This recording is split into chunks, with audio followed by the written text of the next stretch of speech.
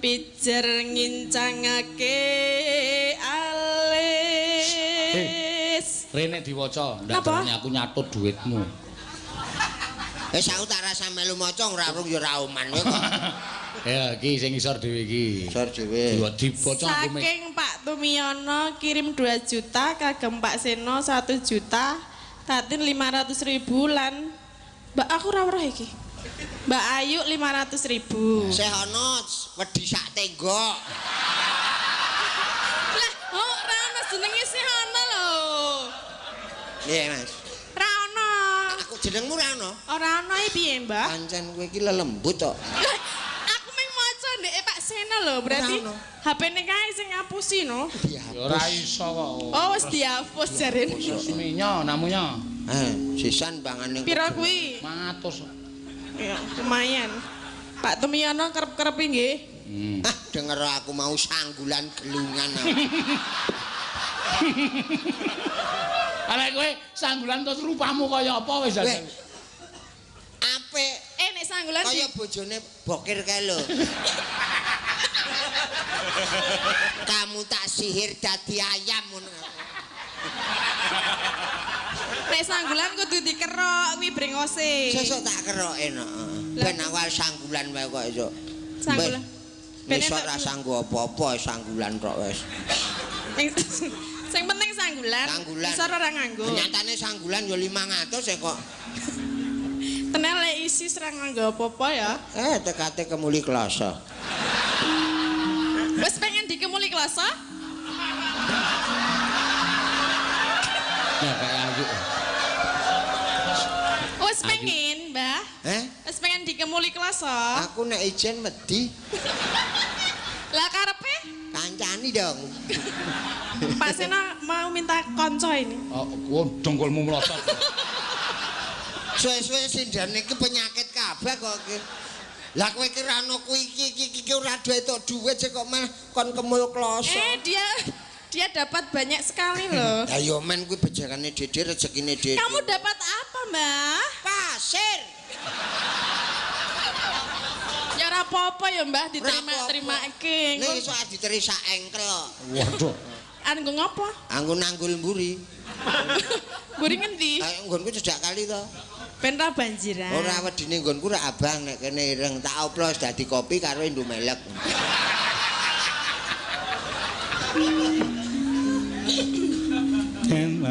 Nena secideman. Ya. Terus no sesideman.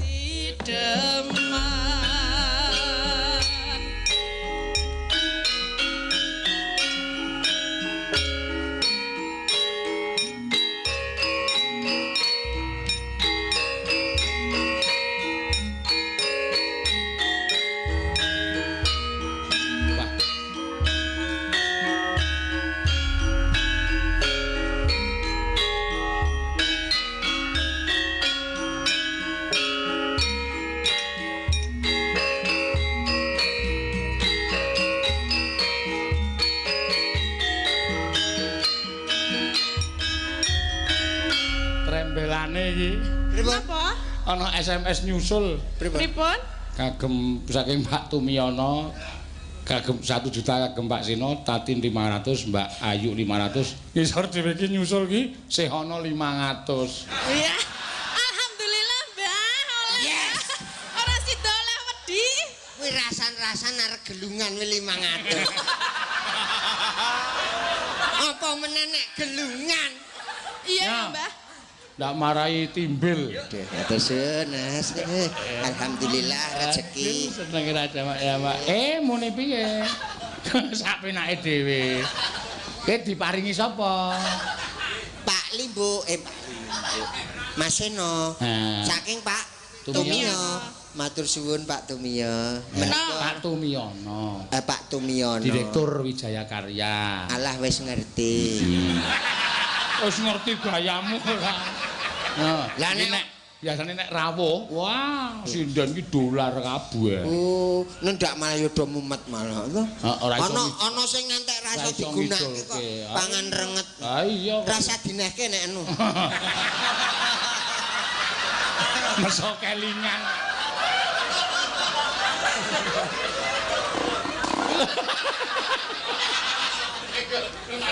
Piye to, Mbah? Piro, Mbah? Wah, le ngitung. Nyilih hidune tating, nyilih hidune tita. Kon melet, kon melet. Dino ngitung duit iki lho. Kleru e. Lo ngitung duit. Diitung lho, kok biasane cok di. Piye Tin, sida seneng aku ora? Waduh, oh, anggakmu iki lho. Amin ngesaki duit 500 e kok. Lah piye to, Mbah? 500 ki ming dienggo sedina lho, nek aku sedina. Aku sedina wis wareg kok. Ah tak tukoke pecel lele ya soke kok. Lah kowe iki tek dienggo ragat pupur wae ora entuk. Pupure tatin iki ya 800 900. Pupurmu kuwi. Heeh, kuwi lagi pupur tok lho. Tak tuwa glepung kowe tak hilag-hilig. Weh, kuwi maling mung cukup nggo tuku bathok. Bathoke kok siji. Hah? Etian.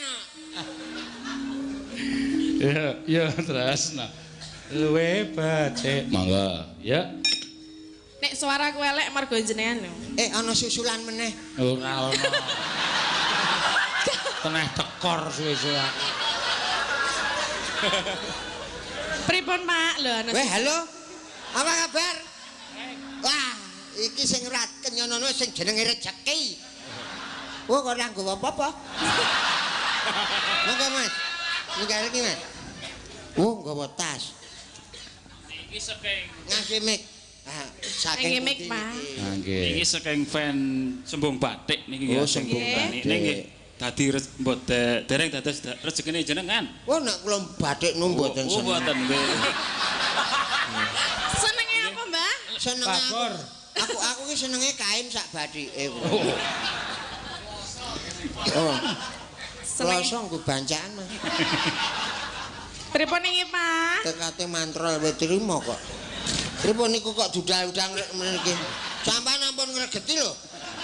Mongke kajenge diresiki panitiane. Oh, nggih. Niki mbok Naminipun sinten asmanipun? oh, Kok ora ana sangkan penerangin gedhe kok. Namane iki lho, Pak Panitia jenenge. Oh, panitia. Oh, nek panitia nganggo kok ngono kuwi. nggih. Niki namung milih. Oh, kok tulisane dhewe. Nggih. Nggih, Mas, pun. Mas Wahono nggih, Mas nggih. Weh, Jenengan. nggih, nggih. Ah, Mas Wahono iki. Wahono. Isih sedulur. Tesih. Alih kula. Niki Niki saking Wahono kula Sehono. Ah, nggih. Riku Pak Seno. Emoh, aku Kula riyen kok panjenengan iki terus wae kula ya ora ndek kesempatan. Oh, nggih monggo. Oh, nggih. Monggo. Monggo. Niki kula ajeng nganu kenang-kenangan Oh. tatin. Ajeng lunga Mongke. teng pundi? Mriki men kajenge ketok niki lho, niki kan Oh, di kenang-kenangan streaming. Mangke barang. jenengan men kondang ngoten lho. Mboten kondang ning mah delok bojoku nggih. Lah apa rasa mikir bojone sik. Siap. Siap kan. kok berbes mili. Ya mungkin pengen mentale ra kuat, Pak. Nah, Nggih, ngoten iki. nggih. Niki Niki kangge Mbak. Oh. Nanti. Nggih matur nuwun nggih, Kok Pak. gambare wong cilik wong kono gedhe iki. Oh, Mbah. Niki kan dek cilik niki, Pak. Oh, nggih. Niki kan dek cilik ngoten niki. Oh, Niki Batik. kalih kangge Mbak Orisa. Mbak Oli Pori. Riza. Nggih, terus sinten meleh? Kagem Mbak Elisa. Iki sehosa kok ora ono. Niki kang setunggal nika kagem Bapak Dalang niki. Niki welinge. Walah oleh. Lagi kula pun ngomong to, dereng rezekine jenengan. Mboten Nah, apa-apa. ngoten niki mungkin rak Kula nyuwun sing cilik mawon. kuat. Putih tipis. Lah. Harian rak ampun to. Niki kula gari nyarutang Niku nggih. dinis lho, Mas. Oh niku. nggih, Pun, Pak Pak matur Seno. suwun. Oh alah tak golek dong gedang weh. Tekate nggo jarikan kok ya rapet. Katanya kaya lemper, Mbah. Heh. Anak yang godong gedang iki kaya lemper. Ah ya ora tak teruske aku nek temper. Oh nggih. Tak ngopo? Nek tak cokot kelet. Nggih menika sampun, Pak. Pun monggo dilajengaken kula tak Nggih. medun mawon. Matur Lah kula niku pundi kok medun-medun. Ora tanggung jawab iki. Wis tak nehi kesempatan Lah iki kula kur seneng sing papat niki kalian jenengan mboten tak seneng ae lah pripun meleh. Nek ra seneng sok jolke. Lah nggih. Ning aja kleru kiwa lho. Mboten tutup. Nah, menika saking mburi kelir wis diteri kagem Pak Sih. Nah nika pun kalih Pak. Monggo dipun tampi. Ayo Mbak, dikasih loh, dikasih dari belakang. Orang dikasih itu harus iki padha diterima. ora. Glo. Glo. Padha Mas. Kagem panjenengan. Gandeng kula niku. Benjang panjenengan mlebet wonten mriki. Sesak Mas. Sesak. Anak padha ijolan ayo. Mah. Konjur mah. Matukno. Nggih. Niki Diobati. Pun monggo. Jare wis medun. Lah kok isih nunggoni. Kula ngerti jenengan lucune niki lho kok ora iso. Lucuan niku akeh to setenggok wedi. Wah, Oh niku ketua to? nggih nika ketuane niku wong sing nyawet niku ketuane. Nek ketua malah ampun. Nggih. Lah nggih marahi ngono. Tombok samban monggo. Wah, cetha niki kur. Jan yo ora nggawa sithik-sithik kok ngono. Blas mboten. Mboten nonton sing nyuk. Nggih, mboten Monggo ra nonton wonten apa. liyane sing ajeng nyawet. Wah, sampun menika. Sik penting regeng. Nggih, matur nuwun. Regeng. Nggih ta? Nggih. Kek mang medun apa ten mriki? Kula ajeng medhun anggur nonton jenengan nggih Mas Tulus. Nggih, nggih. Jan kok ya. nggih matur nuwun nggih Pak nggih. Ya kepiye wong tas ya ora nggawa kok. Gawa lho. Wes, isine ya kok catetan tok akeh banget. Matur suwun nggih, anak-anak kula pun dadi sawer. Nek bapakne rak wis ora. Ora sangger sula wis. Mboten Mas, mboten Ah, sae. iya. Menika memberi semangat anak-anak muda. Heeh. Kudu nek wis dadi sawer terus sinau sing apik. Ya Ratin. Yes, ora. Karo.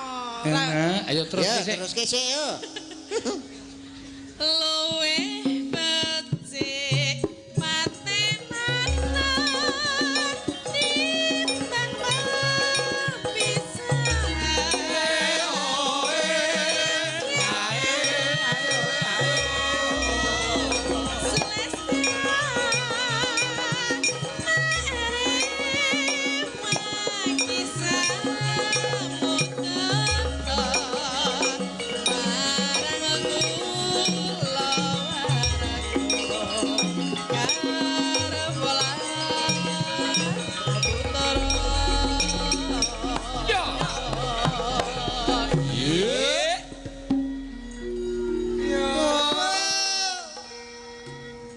Liwat. Lewat kincanging alismu kekuasaan glendang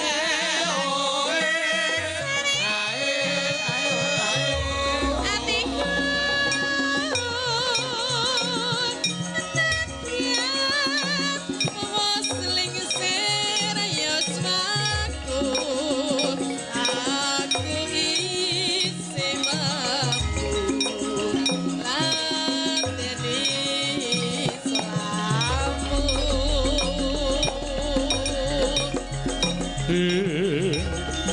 mangka kowe bocah gunung nadyan bocah gunung ketuwung anjrimpo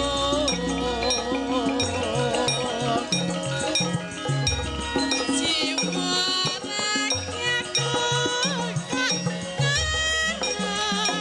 kehormatan mangkurung rupa ngarepin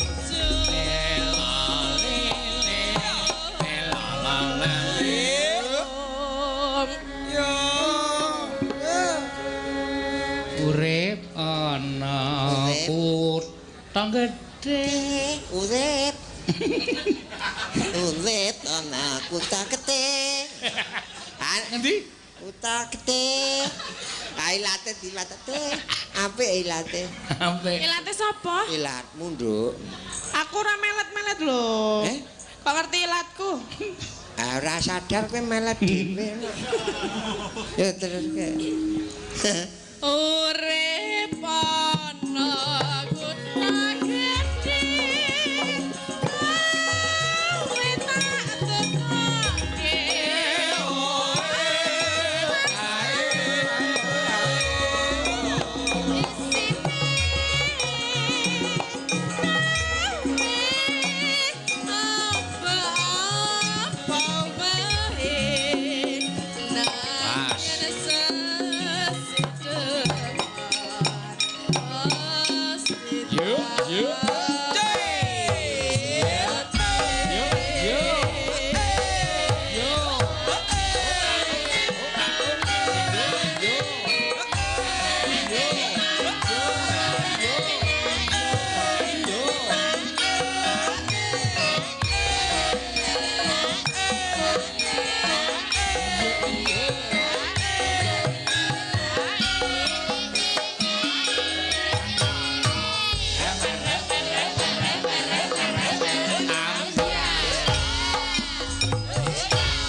masa kowe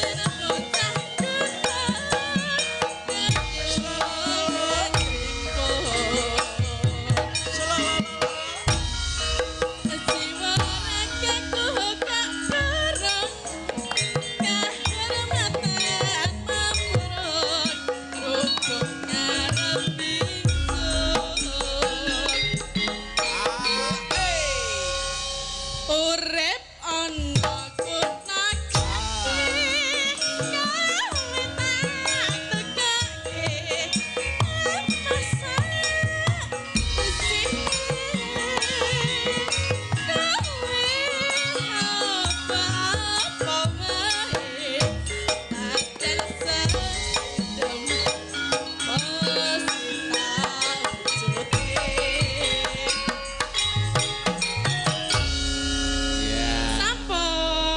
Iya.